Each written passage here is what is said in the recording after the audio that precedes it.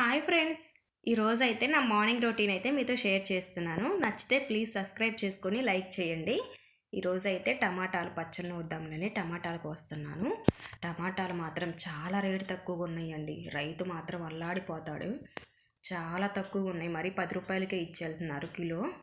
నేనైతే ఒక కాయని 4 పార్ట్స్గా కట్ చేసుకొని అలా అయితే ఫ్రై అయితే చేసుకుంటున్నానండి.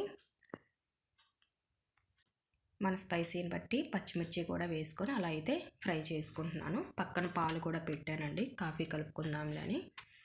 ఇంకా ఇడ్లీ అండి, టిఫిన్ వచ్చేసి ఇడ్లీలోకేను టమాటా పచ్చడి. ఇడ్లీలో కానీ దోశలో కానీ టమాటా పచ్చడి బాగుంటుంది.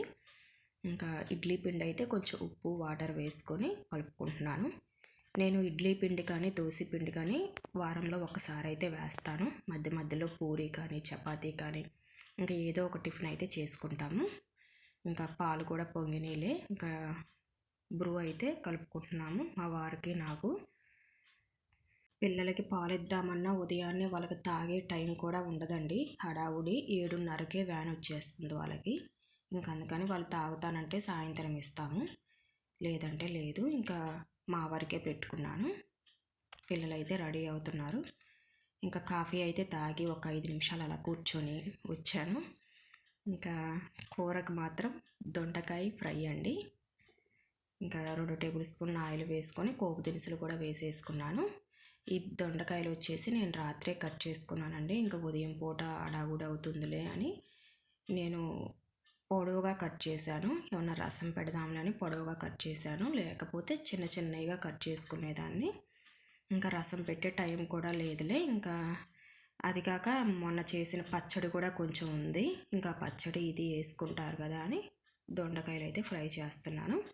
టమాటాలు అయితే టమాటా పచ్చడి అయితే అయిపోయిందండి. దాంట్లోకి ఉప్పు, కొంచెం కొత్తిమీర, కరివేపాకు, వెల్లుల్లి, కొంచెం చింతపండు అయితే వేయలేదులేండి. వేసుకొని అలా అయితే కలుపుకొని పక్కన పెట్టేశాను, చల్లారాలి కదా అని.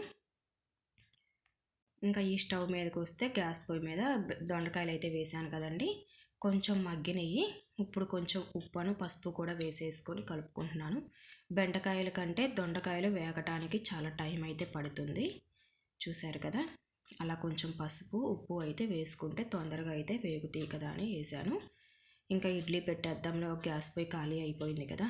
ఇంకా పిల్లలకు వేడి నీళ్ళు కూడా పెట్టుకున్నారు. ఇంకా ఖాళీ అయిపోయింది కదా అని ఇంక ఇప్పుడు ఇడ్లీ అయితే పెడుతున్నానండి.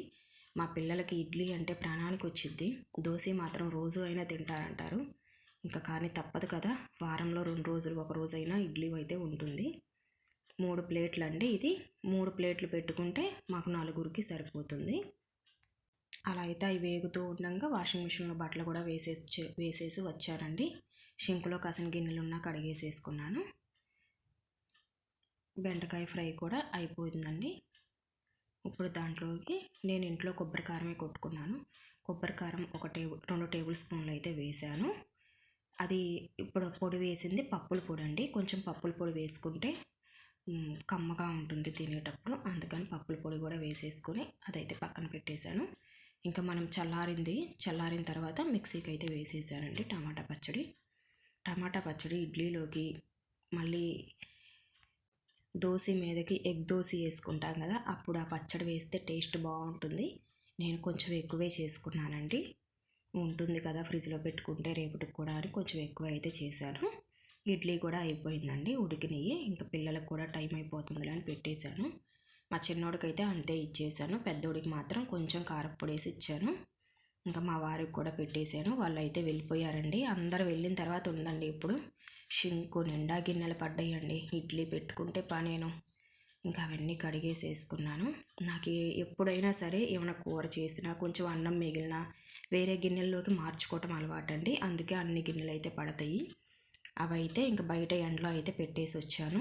ఇంకా అట్లానే కబోర్డులో పెడితే అదొక కంపు వాసన. ఇంకా అందుకని ఎండుతాయి కదా బయట పెడితే ఎండలో అని బయట పెట్టేసి ఇలా గ్యాస్ స్టవ్ షింకు మొత్తం నీట్గా కడిగేసేసుకొని తుడుచుకున్నానండి. నాకు ఎప్పుడైనా గ్యాస్ పొయ్యి షింకు మాత్రం నీట్గా ఉండాలండి, లేకపోతే నాకు కోపం వచ్చేస్తుంది. అలా అయితే నీట్గా అయితే పెట్టుకున్నా. ఇంకొప్పుడల్లా వంటగదిలో కూడా వచ్చేది అయితే ఏం లేదు, ఇంక సాయంత్రం వంటకేను. అందుకని అలా అయితే నీట్గా తుడిచేసేసుకొని పెట్టుకున్నాను. చూసారు కదా, నీట్గా ఉంది. ఇంకా నేనైతే స్నానం చేసి వచ్చానండి. పని అయితే అయిపోయింది. ఇంకా బండలు అవన్నీ ఉంటే తుడుచుకొని స్నానం చేసి వచ్చి పూజ చేద్దాంలే. ఇంకొక టైం వచ్చేసి 10:30 అయిందండి. పూలు కోద్దామని ఇంకా బయటకు అయితే వచ్చాను. మా ఇంటి ముందు ఉన్న ముద్ద మందారపు చెట్టు అండి. ఈ పూలు దేవుడు పెట్టొచ్చో పెట్టకూడదో నాకైతే కామెంట్ చేయండి. నేనైతే పెడుతున్నానండి.